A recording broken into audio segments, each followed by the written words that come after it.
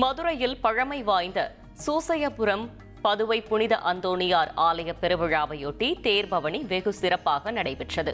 சூசையப்பரும் மரியன்னையும் மின் விளக்குகளால் அலங்கரிக்கப்பட்ட தேர்களில் வலம் வந்தனர். கிழவாசல், குயவர்பாளையம் ரோடு, வாழைத்தோப்பு, சூசையபுரம் பகுதிகள் வழியாக சென்ற தேர் இறுதியில் பேராலயத்தை வந்தடைந்தது. இதில் சிந்தாமணி, சாமநத்தம், மேல அனுப்பனாடி, வில்லாபுரம் உள்ளிட்ட பகுதிகளில் இருந்து ஏராளமானோர் கலந்து கொண்டனர்.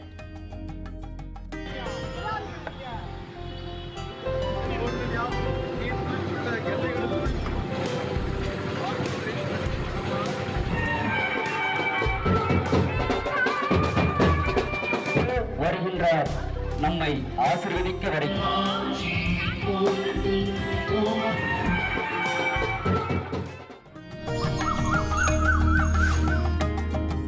நாகையில் 400 ஆண்டுகள் பழமை வாய்ந்த அந்தோணியார் தேவாலய தேர் பவனியில் ஏராளமானோர் பங்கேற்று பிரார்த்தனை செய்தனர். தேவாலய ஆண்டு பெருவிழா கடந்த 19ஆம் தேதி கொடியேற்றத்துடன் துவங்கியது. விழாவின் முக்கிய நிகழ்வான பெரிய தேர்பவனி வெகு விமர்சையாக நடைபெற்றது. மின் விளக்குகளாலும் மலர்களாலும் அலங்கரிக்கப்பட்ட தேர் முக்கிய வீதிகள் வழியாக வலம் வந்தது. தேர் பவனியின் போது வண்ணமயமான வான வேடிக்கை நிகழ்ச்சிகளும் நடத்தப்பட்டன.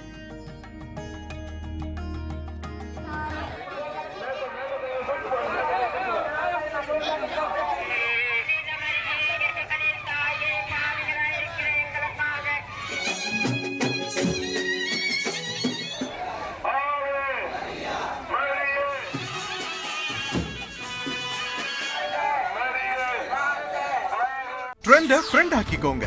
2.5 கோடிக்கும் அதிகமான தந்தி டிவியின் சப்ஸ்கிரைபர்ஸ் அண்ட் ஃபாலோவர்ஸ் குடும்பத்துல நீங்களும் இணையுங்க.